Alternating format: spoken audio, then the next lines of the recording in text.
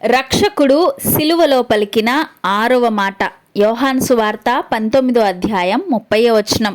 సమాప్తమైనది. దేవుడు తన అద్వితీయ కుమారుని ఈ లోకమునకు పంపిన కార్యము యేసు నెరవేర్చినందున ఈ మాట పలికెను. మన శాపమును తాను మోసెను. సిలువ మరణము ద్వారా సాతాను తలను యేసు చితక్కొట్టెను. మొదటి ప్రవచనము ఆదికాండం 3వ అధ్యాయం 15వ వచనము నెరవేరెను. పాపపు చెరలో చిక్కుబడి దుఃఖించుచున్న నీ దుఃఖ దినములను క్రీస్తు సమాప్తము చేసెను.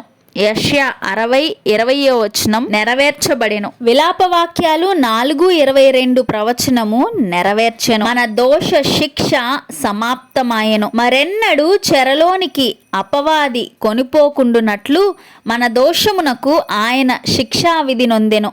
మనలను విడిపించెను. రక్షణ కార్యము సమాప్తమైనది.